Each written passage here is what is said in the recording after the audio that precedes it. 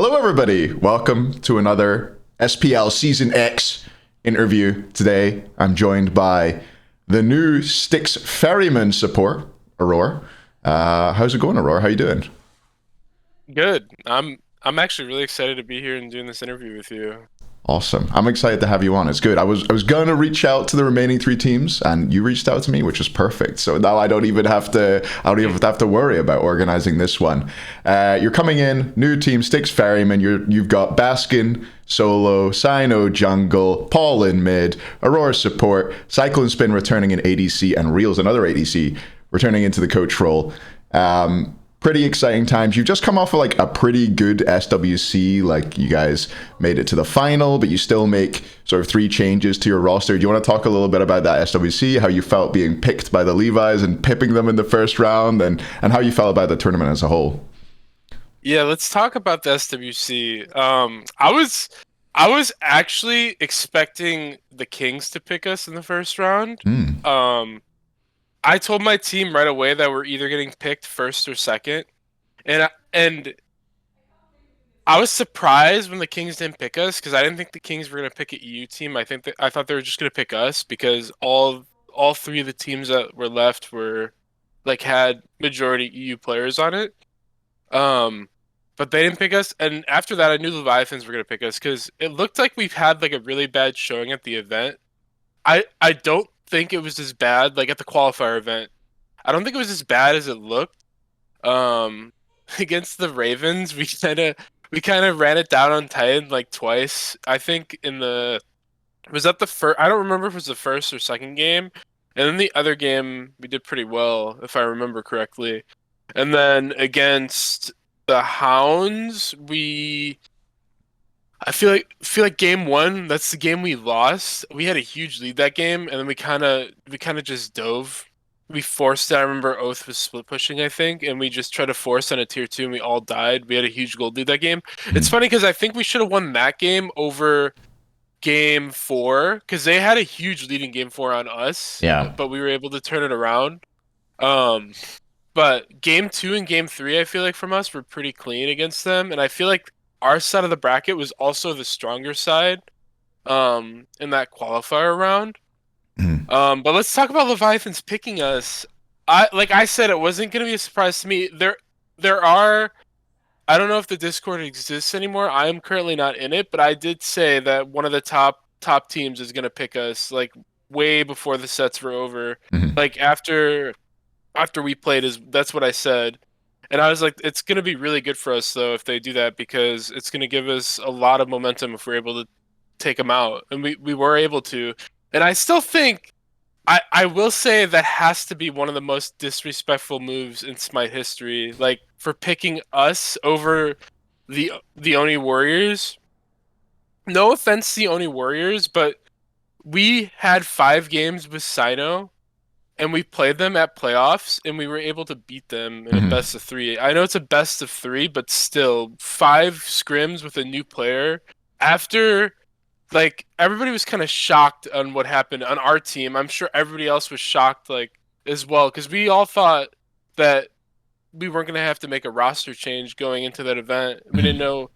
I don't know. It just happened, and it is what it is. And I mean, Sino played great in that set as well for just coming back into competitive Smite and us only having 5 scrims. It was against the Kings, I remember, and I feel like they didn't even want to be there scrimming us because it was it was during a second block as well, so it Yeah. wasn't even like the most like the best scrims you could possibly have either. So I just think I was like I said, I personally wasn't surprised, but they picked us when they could have picked the Warriors when we beat the Warriors in a best of one, and some of the reasonings were like they went deathless against us in the playoffs, that they had our number for the second half of the year, but like we.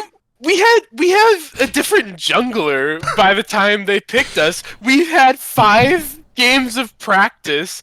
We literally had what is it, 2 weeks after playoffs or whatever the time was of scrims going into the thing. So we got a lot better, and I feel like a lot of the teams gave Hex Mambo a little too much respect, or they were scared. Mhm. That's possible as well, but I don't know. Very surprising. I'm really proud of my team though. They all played phenomenal. They had a huge, huge tournament. I mean, we weren't able to take it home, but getting second place after everything that happened, they should all be very proud, I feel like. And I feel like the year we had was pretty good, like overall. Mhm. So Absolutely. Yeah, I mean, being second best in the world at anything is kind of crazy. I think it goes like unremarked upon a little bit that we're competing, you're competing, not me anymore, but you're competing to be the best in the world at something, the best out of every single person. And coming up second, you came up a little short, but that's not bad. That's not bad at all. I find it interesting that you say that you expected it, but it was also disrespectful, right? You think it was disrespectful that Levi's picked you, but you also kind of expected someone to land yeah, with that disrespect. yeah. Because I feel like there's some weird I don't know what it is about our team that people just think we're like really bad or something. That's fine with me. Like the other competition is what I mean, like not the fans. Um, I know there's a lot of fans that love us, and there's also fans that don't, but that's fine. But I was I just it just felt like the other teams because people streamed it as well. You heard people talking about it, and like I feel like the casters, like the storyline the casters gave us too, is we're like some like really bad team going into Worlds or something. But that was it. Honestly, was like a big benefit for us for sure. I feel like being an underdog is always good. Yeah, I loved the camera after your first set went in the quarter as well. As like we saw Paul and he was just going, "You picked Yeah. us. They picked us. They No, picked us." after game one, that's the first thing I said. I said they picked us. Why did they pick us? We all kept saying, all of us were saying that after every single game. So It's hilarious. It really gave you something to fight for, I feel like, which is awesome. Um, it'll give me motivation forever for the rest of the time of me playing Smite. When I play against any of those players on that team, I will think back to them picking us at SWC over a team like the Warriors or an SCC team. mhm. So that is huge motivation for me for like the rest of my career for sure. That's super cool. And I guess that brings us nicely on to forming your new roster, your new team. I think you didn't consider any of those Levi's guys for it, but you end up picking up Baskin solo instead of SOT. You grab Cyclone, ADC, and you grab Real's coach. I think the one that I'm most interested in for now is going to be the Cyclone one. Cyclone obviously was on your team until, was it start fall split last season, and you replaced him with Stuart. Can you talk a little bit about that and why you've decided to bring him back in? Yeah, so Cyclone played the first. It was the first couple weeks of the fall split. I don't remember the exact timeline of when we replaced him, but we were having. I don't think we had the greatest start to fall split. I don't think we won some sets, and then I think we were on like a little bit of a losing streak. I can't remember exactly. I know we lost at least 2 sets in a row, maybe 3 or 4. Mm-hmm. But we didn't have the greatest start, and it was when I don't want to get too much into it, I guess, but it was around the timeline of it was around when they introduced the what was the mid thing in Duo called the Scepter in Duo Land. Mm-hmm. It was around that timing. Um, but anyways, there was just a lot of like disagreements around the map, and that was definitely like one of the driving factors as well, like the Scepter. Um, but without getting too much into it, Layers and Sot were basic like Sot. I'm pretty sure said he's just gonna take a break if we don't replace him, and Layers was gonna end up leaving again if we didn't replace him. So we had, it was a really rough choice because we had to make a choice between losing our jungle and solo in the middle of fall split or replacing our hunter. Mm-hmm. And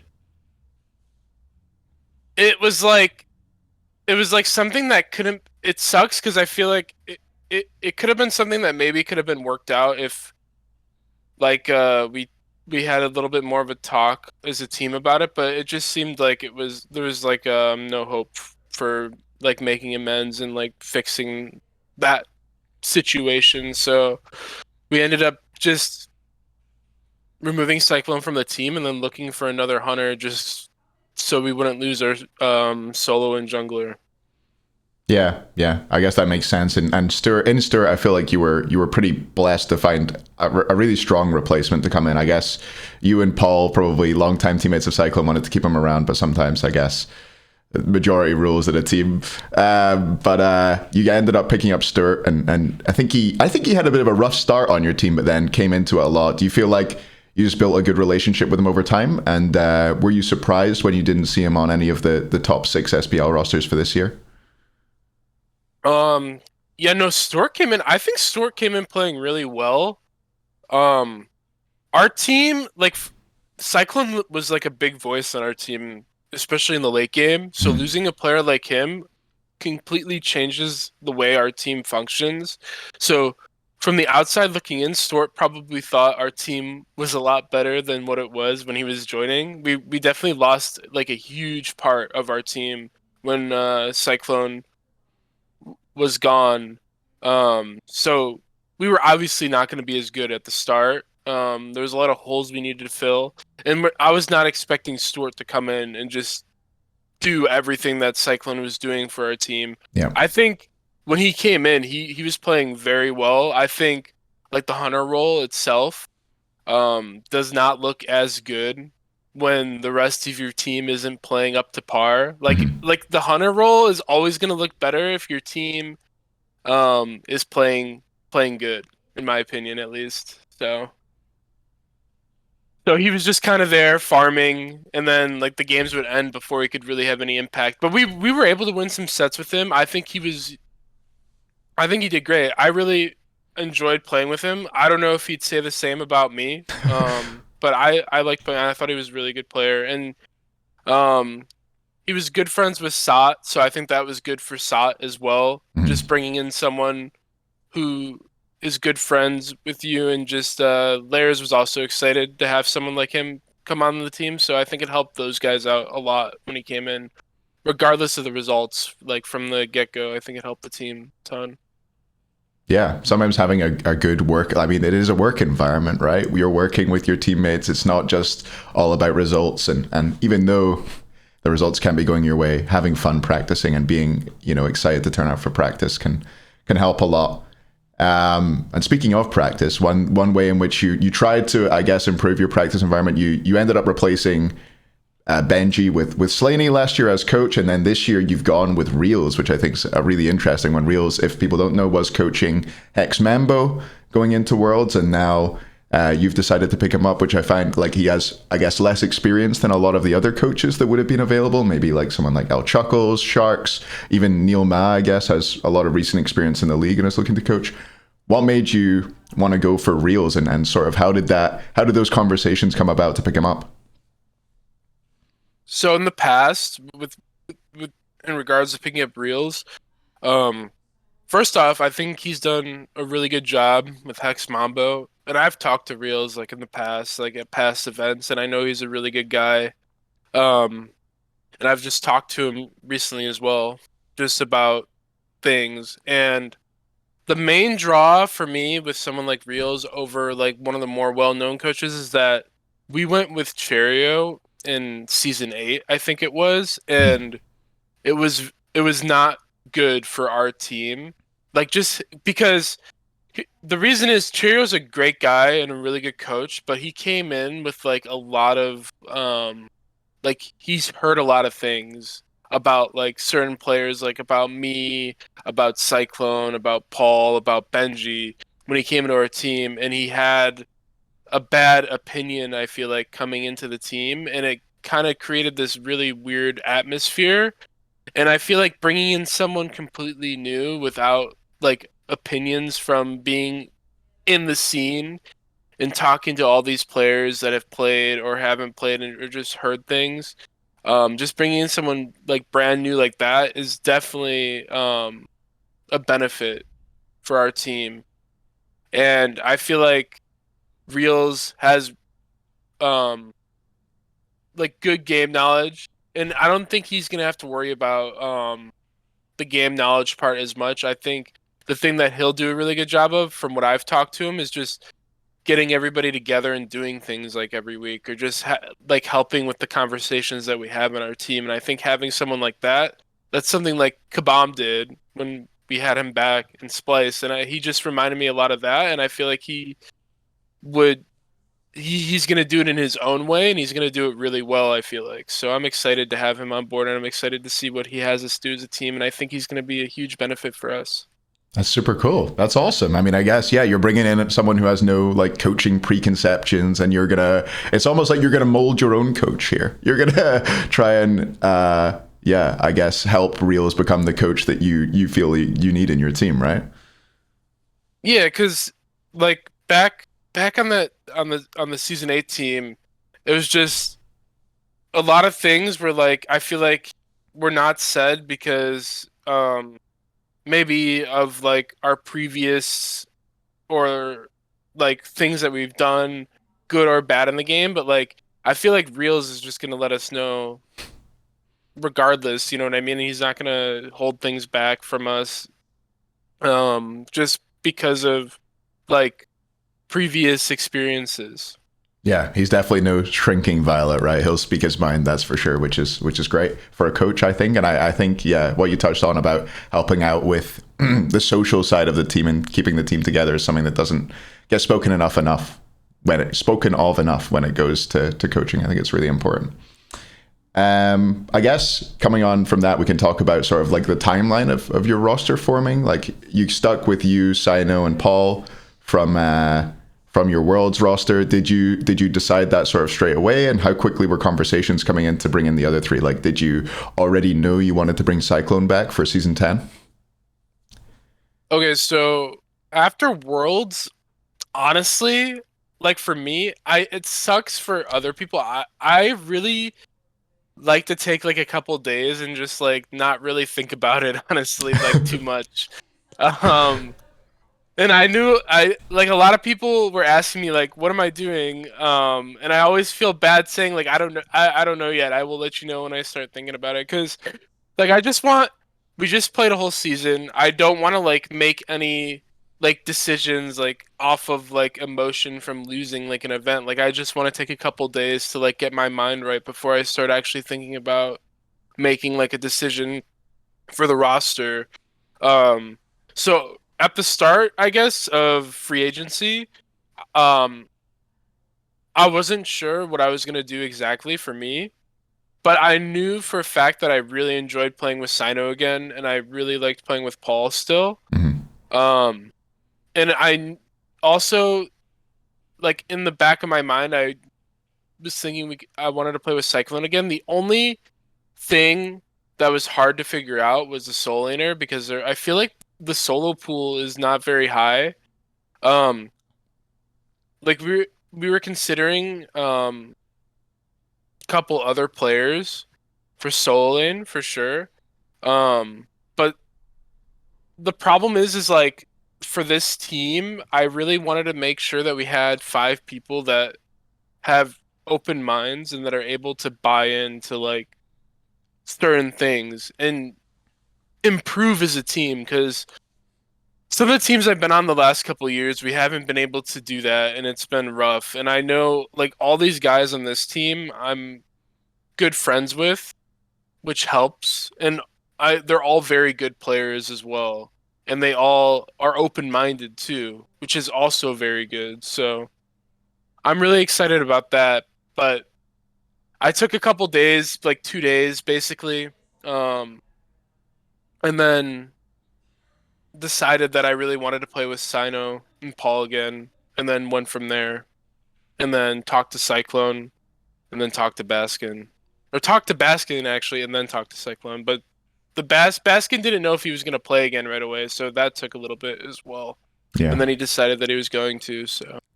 Yeah. It's always hilariously rushed, these things. It's crazy. I know it's because of visas and moving and things like that, but only having a couple weeks to make these decisions of what you're going to do for the whole next year, who you're going to work with is crazy. It's honestly, it happens within like the first 4 days. Mm-hmm. Like in reality, it's kind of crazy. But that I always like to take at least like a day or 2 days like after an event. Like I feel like it's because if you don't, you'll just make decisions maybe off of like the feeling of like the loss and stuff. So Yeah, I think it's important to take some time. And I find the way you've put this roster together super interesting. You were saying earlier that you feel like you're already being branded a super team, and you don't like it. You want to break from all the expectation being on you guys, I guess. But you do have. no, I Oh, don't go care on. about the expectations. You can put expectations on our team, but I the super team brand for 4 years in a row, like it makes sense with the Radiance roster. That's fair, but we had Scary D jungle in season 8, and people were still calling us the super team. I love Scary D. I love Ronnie, and I think he's a really good soul laner, but he was not a good jungler. It's true. And you cannot call our team a super team with him as our jungler. I'm sorry. And then season 9, we lost Benji, which a lot of people regard him as like the best soul laner to ever do it, and we're still being called a super team. So I don't know. That's fair. If you want to call us a super team, knock yourself out. I honestly think it's a meme at this point. Like, I feel like you could put me on a team with like 5 SOC players and it would still be a super team. That's what it feels like. I love So, it. But yeah, it does feel like you've gone for like an old guardy team though. People who you've played before, people you have experience with. I guess you haven't played with Baskin, right? But Sino has. yeah, I've played with Oh, have Bastion. you as well? God, okay. Yeah. So I've played. It's kind of like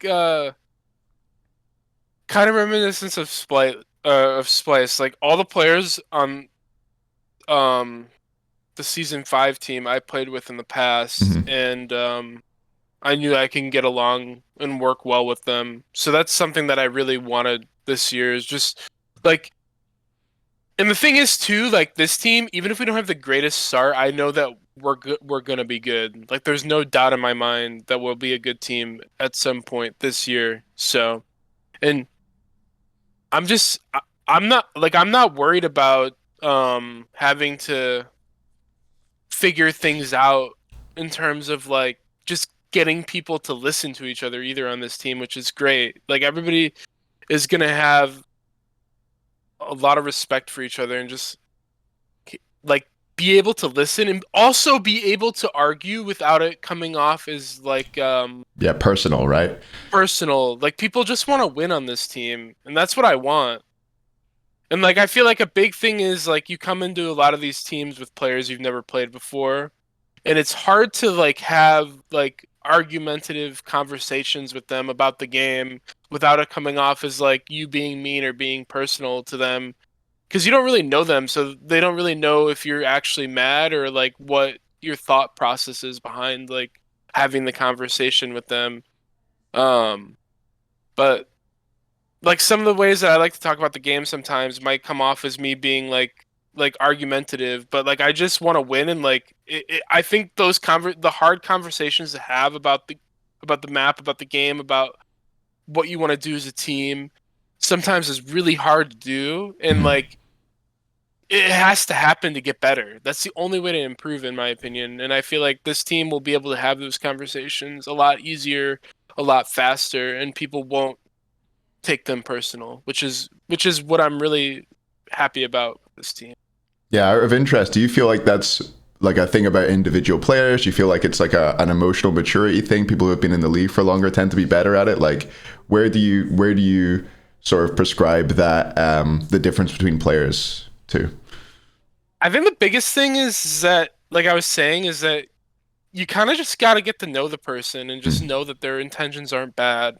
Because because it, because you don't really know. Like some people might think that they're just mad about something, or they're just trying to do it for themselves or whatever. But if you actually like get to know them and you realize that it's for the team and like all they want to do is win, Mhm. then I feel like it's a lot easier to have those conversations and have them go a lot smoother. But if it's like if you're new and you think you're getting attacked, um, then people get defensive about it. It's just hard. Like I feel like just having like a like trust, I guess, within your team is something that you need to build, and every team builds it throughout the course of the year. And I feel like like for our roster, like last year going to SWC, I feel like it took us a while to get there, like the entire time all the way to SWC, but everybody was able to buy in for that weekend, and we all trusted each other, and that's why we did so well, I feel like. And I feel like if we did that sooner, our practice would have been better. We would have improved faster as well. And honestly, we did do it like the week before. I remember in those scrims, everybody bought in, and we were playing really well, and we knew we had a really good chance. So I just think like things like that. That's what it's all about. Winner losing games is huge when it comes to scrims, and just having that relationship with your team and just being able to do that is like a really big thing in Smite. Like buying into each other is the strongest thing about any team. And I feel like the Kings did that all year basically, and that's why they were so good. Yeah. Yeah, and it feels like you're just starting with a bit of a leg up on that sort of relationship building this year, right? You're coming in with people who you already have existing relationships with and have team with, so should make making effective practice and effective match days just a bit easier. Yeah. Awesome. Cool. Well, that's me at the end of my questions. Is there anything that we didn't touch on that you'd like to raise before we finish up? Yeah, for the branding, I know a lot of people were asking me about that.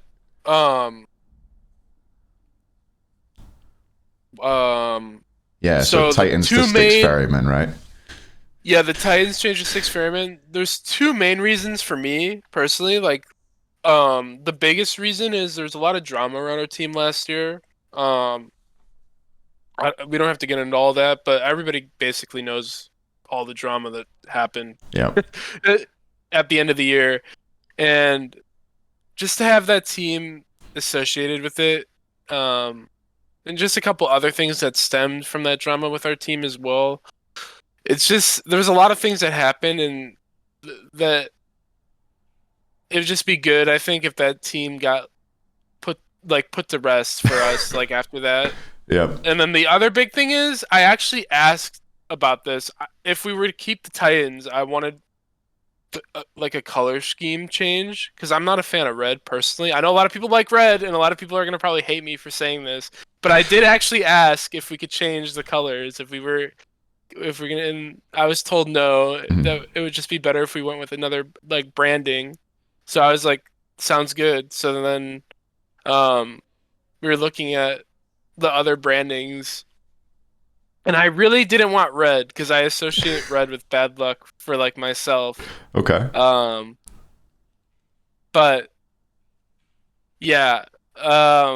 So then we saw Styx Ferrymen, and then Paul's like, that's the worst team name I've ever seen. He actually tweeted that. There's a tweet of that. He said that in Discord. He's like, that is the worst one, he said, out of all of them. And then someone put the rowboat emoji in Discord, and he's like, oh, you need that one. And then everybody's like, yes. And then it just clicked, and that's why we went with it. So it was great. It was really funny. I love it. So you've you've ferried the Titans brand across the Styx, stuck it down in Tartarus where it belongs, and you guys are the Styx Ferrymen. That was exciting. Change, but change to something familiar, apart from the team name. I love the way you put it, but yeah, exactly. Cool. Awesome. Wow. I think that's it. Thank you so much for coming on, Aurora. I really appreciate our interviews. You're always so candid, which is great. And thanks everybody for watching. Make sure and like, subscribe. I don't know, YouTube things, hit the bell, something like that. Anyway, goodbye everybody. Love you. Bye.